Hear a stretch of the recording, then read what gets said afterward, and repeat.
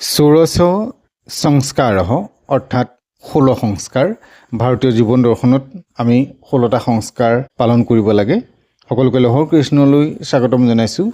আজি শংকৰদেৱ শিশু বিদ্যা নিকেতনসমূহৰ 2026 চনত সলনি হোৱা দেৱবাণী সংস্কৃতম অষ্টম শ্ৰেণীৰ নৱমহ পাঠটি আগবঢ়োৱা হৈছে। ইতিমধ্যে ইয়াৰ প্ৰথম খণ্ডৰ অসমীয়া অনুবাদ দি যোৱা হৈছিল। পুনৰ অসমীয়া অনুবাদ সম্পূৰ্ণ পাঠটিৰ আগবঢ়োৱা হৈছে। প্ৰশ্নোত্তৰো ইয়াৰ আগৰ ভিডিঅ'ত আগবঢ়াই দিয়া হৈছে। আশা কৰিছোঁ সকলোৱে প্ৰশ্নোত্তৰখিনি পাইছা। ভিডিঅ'টি আৰম্ভণিৰ পৰা শেষলৈকে চাবা আৰু লাইক কমেণ্ট কৰি কেনে লাগিছে জনাবলৈ নাপাহৰিবা। ষোড়শ সংস্কাৰ 16 সংস্কাৰ अस्माकं ভাৰতদেশে সংস্কাৰানাং বিশেষ স্থানং বৰ্ততে। আমাৰ ভাৰতবৰ্ষত সংস্কাৰসমূহৰ বিশেষ স্থান আছে। বৈদিক গ্ৰন্থেভ্যঃ যথা বৈদিক গ্ৰন্থসমূহ যেনেধৰণে মনুস্মৃতি গুভিল গৃহ সূত্ৰেষু ষোড়শ সংস্কাৰ ব্যৱস্থা প্ৰচলিতাঃ। বৈদিক গ্ৰন্থসমূহৰ পৰা যেনে মনুস্মৃতি আৰু গুভিল গৃহসূত্ৰত ষোড়শ সংস্কাৰ ব্যৱস্থা প্ৰচলিত আছে।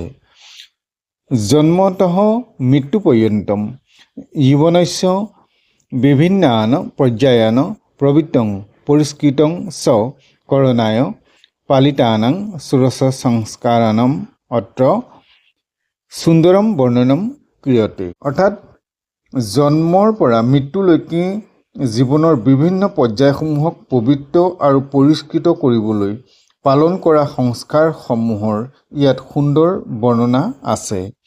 জনানাং শাৰীৰিক মানসিক আধ্যাত্মিক চ বিকাশ সুনিশ্চিতং কৰণম অস্য প্ৰধানম উদ্দেশ্যম। ইয়াৰ প্ৰধান উদ্দেশ্যটো কি বুলি কৈছে? মানুহৰ শাৰীৰিক মানসিক আৰু আধ্যাত্মিক বিকাশ সুনিশ্চিত কৰাই ইয়াৰ প্ৰধান উদ্দেশ্য। গৃহসূত্ৰে পাৰিবাৰিকম অনুষ্ঠানস্য সংস্কাৰানাং চ নিয়মাঃ প্ৰদীয়ন্তে। গৃহসূত্ৰত পাৰিবাৰিক অনুষ্ঠানসমূহত পালন কৰা সংস্কাৰ অথবা নিয়ম প্ৰচলিত আছে। অৰ্থাৎ ধৰ্মশাস্ত্ৰে মনুস্মৃতৌ ৱা সংস্কাৰানাং বিস্তৃতং বিৱৰণং উপলভ্যতে। ধৰ্মশাস্ত্ৰ বা মনুস্মৃতিত সংস্কাৰসমূহৰ বিস্তৃত বিৱৰণ পোৱা যায়। ষোড়শ সংস্কাৰানাং নামানে সেই 16 সংস্কাৰৰ নাম হ'ল গৰ্ভধাৰণম অৰ্থাৎ গৰ্ভধাৰণৰ পূৰ্বে কৰা সংস্কাৰ, পুং বচনম গৰ্ভে বালকস্য বিকাশাৰ্থ কৃত সংস্কাৰ গৰ্ভত শিশুৰ বিকাশৰ বাবে কৰা সংস্কাৰ। পুং শ্ৰৱণমৰ পাছত আছে সীমান্তোন্নয়নম অৰ্থাৎ গৰ্ভৱতী স্ত্ৰীয়াঃ সুখায় কৃত সংস্কাৰ। ইয়াৰ অৰ্থ হ'ল গৰ্ভৱতী স্ত্ৰীৰ সুখ শান্তিৰ বাবে কৰা সংস্কাৰ। জাতকৰ্ম শিশু জন্মনঃ অনন্তৰং কৃত সংস্কাৰ। জাতকৰ্ম হ'ল শিশুৰ জন্মৰ পিছত কৰা সংস্কাৰ। নামকৰণম নামকৰণৰ সংস্কাৰ। নিষ্কমনম শিশুক প্ৰথমবাৰৰ বাবে ঘৰৰ পৰা বাহিৰলৈ ওলোৱা যি সংস্কাৰ। অন্নপ্ৰাশনম প্ৰথম অন্ন গ্ৰহণ কৰোৱা সংস্কাৰ। চুৱা কৰ্ম চুলি কটা বা মূৰ খুৰোৱা সংস্কাৰ। কৰ্ণেৱেধ কাণ ফুটাই আভূষণ বা গহনা পিন্ধোৱা সংস্কাৰ। বিদ্যাৱস্থ পঢ়া শুনা আৰম্ভ কৰা। উপনয়নম লগুণ পিন্ধোৱা। বেদাৰম্ভ বেদ অধ্যয়ন আৰম্ভ কৰা। কৃষান্তঃ শিক্ষা শেষত ছাত্ৰৰ চুলি কটা সংস্কাৰ। সমাৱৰ্তনম শিক্ষাং সমাপ্য গৃহম আৱানাত পূৰ্বং কৃত সংস্কাৰ। অৰ্থাৎ শিক্ষা সমাপ্ত কৰি ঘৰলৈ উপহাৰ পূৰ্বে কৰা সংস্কাৰ। ঘৰলৈ উভতি অহাৰ পূৰ্বে কৰা সেই সংস্কাৰ। বিবাহ বিবাহ সংস্কাৰ। এয়া হ'ল বিয়া সংস্কাৰ। অন্ত্যেষ্টি মৃত্যু পৰং কৃত সংস্কাৰ। মৃত্যুৰ পিছত কৰা সংস্কাৰ। গতিকে এইখিনি আছিলে সংস্কাৰখিনি। তাৰপিছতে আহিলে সমাৱৰ্তনম। ইয়াৰ পিছত আহিলে সমাৱৰ্তন। অধুনা সমাৱৰ্তন সংস্কাৰস্য বিষয়ে জানিমঃ। এতিয়া আমি এই সমাৱৰ্তন সংস্কাৰৰ বিষয়ে জানিম। সমাৱৰ্তনং হিন্দুনাং বৈদিক ষোড়শ সংস্কাৰসু অন্যতম সংস্কাৰ। সমাৱৰ্তন হ'ল হিন্দুসকলৰ বৈদিক 16 সংস্কাৰসমূহৰ অন্যতম সংস্কাৰ।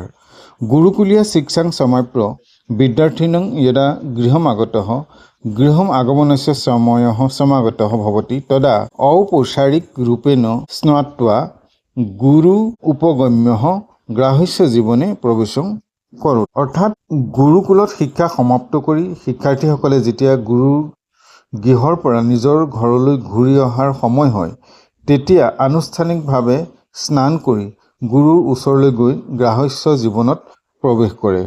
ব্ৰহ্মচাৰ্য সমাপ্য গ্ৰাহ্য আশ্ৰমে প্ৰৱেশায় প্ৰয়াসঃ সমাৱৰ্তন সময়ঃ। ব্ৰহ্মচাৰ্য সমাপ্ত কৰি গ্ৰাহ্য আশ্ৰম বা জীৱনত প্ৰৱেশ কৰাৰ প্ৰয়াসেই হ'ল সমাৱৰ্তন। ব্ৰহ্মচাৰ্য আশ্ৰমস্য সমাপনং সামাজিক ধাৰ্মিক কৰ্তব্যেষু প্ৰবৃত্তি অনুমতিঃ আশ্ৰয়স্য আশীষাঃ জীৱনমাৰ্গে আজীৱন মাৰ্গস্য নিৰ্দেশঃ সত্যশীলাদি সদাচাৰাণাং হৃদীকৰণম এব সমাৱৰ্তনস্য উদ্দেশ্যম। ব্ৰহ্মচৰ্যাশ্ৰমৰ সমাপ্তি, সামাজিক ধাৰ্মিক কৰ্তব্যত প্ৰৱেশৰ অনুমতি, আচাৰ্যৰ আশীৰ্বাদৰ সৈতে জীৱনৰ পথৰ নিৰ্দেশনা আৰু সততা ইত্যাদি সৎ আচৰণসমূহ সুদৃঢ় কৰাই সমাৱৰ্তনৰ উদ্দেশ্য। স্নানং নবীন বস্ত্ৰ ধাৰণং আচাৰ্য পূজনং দক্ষিণা সমৰ্পণম আচাৰ্যোপদেশ ইত্যাদয়ঃ বিধয়ঃ ভৱন্তি। স্নান কৰা, নতুন বস্ত্ৰ ধাৰণ কৰা, আচাৰ্যৰ পূজা কৰা, দক্ষিণা সমৰ্পণ কৰা আৰু আচাৰ্যৰ উপদেশ ইত্যাদি ইয়াৰ নিয়ম বা বিধি। বৈদিক উপদেশ যথা বৈদিক উপদেশত আছে সত্যং বদ ধৰ্মং চৰ মাতৃদেৱো ভৱ পিতৃদেৱো ভৱ আচাৰ্যদেৱো ভৱ অতিথিদেৱো ভৱ ৰাষ্ট্ৰদেৱো ভৱ ধ্যানমা প্ৰমদঃ।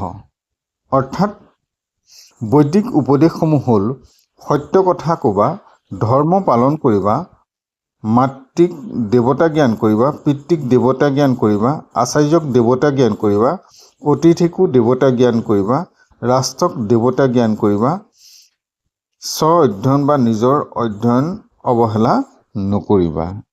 এইখিনি আছিলে পাঠটোৰ অসমীয়া অৰ্থ। আজিলৈ ইমানতে সামৰিছোঁ। পৰৱৰ্তী নতুন পাঠ লৈ তোমালোকৰ মাজলৈ আহিম। চেনেলটো চাই থাকিবা আৰু চেনেলটোত যদি নতুন এবাৰ ছাবস্ক্ৰাইব কৰি বেল আইকনটো প্ৰেছ কৰিলে পৰৱৰ্তী পাঠসমূহ লগে লগেই লাভ কৰিবা। নমো নমঃ।